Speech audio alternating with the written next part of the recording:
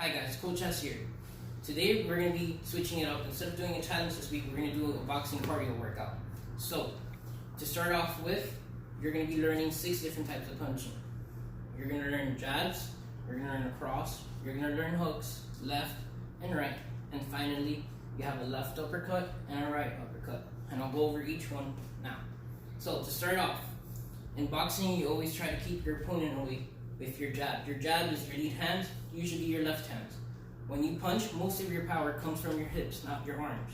So, when you throw a jab, you lean back, moving your hip towards the left, and you bring your hip towards the right as your punch is coming straight. Now, your arms, your hands stay to the side. You're always putting your hands to the side in case you get a punch either to your left or to your right. So whichever hand you're going to leave and let go, one stays behind to block your face.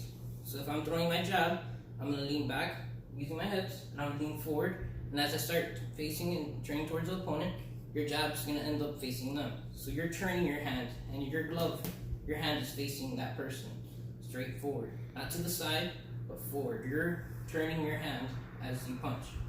So the first one is called your lead jab. So you're leading with your jab. You're turning your hip and you're facing forward. Now you have your right jab, which in boxing is not called a jab, it's called a cross.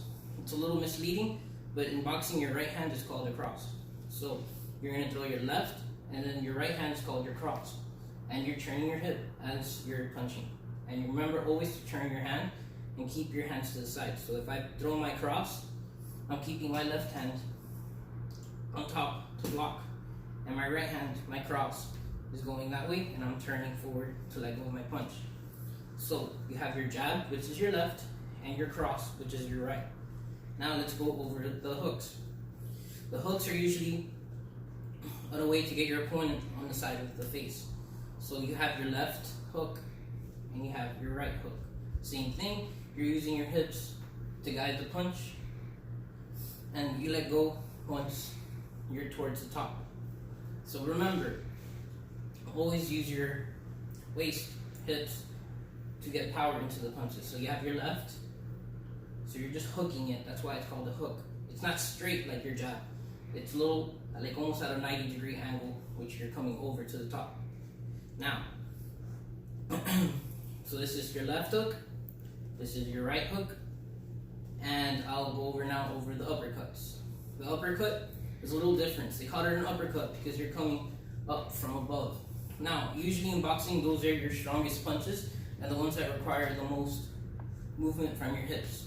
So if you do your left uppercut, you're leaning back even more, and you're trying to come all the way up and go screw up to the top, mostly to the chin of the opponent. So they're called uppercuts. So this is your left, and this is your right. So now, remember, so just a quick review, you have your jabs, you have your crosses, you have your hooks, your left and your right, then you have your uppercuts, your left uppercut and your right uppercut. When you throw your uppercuts, your glove or your hand is usually facing towards the top.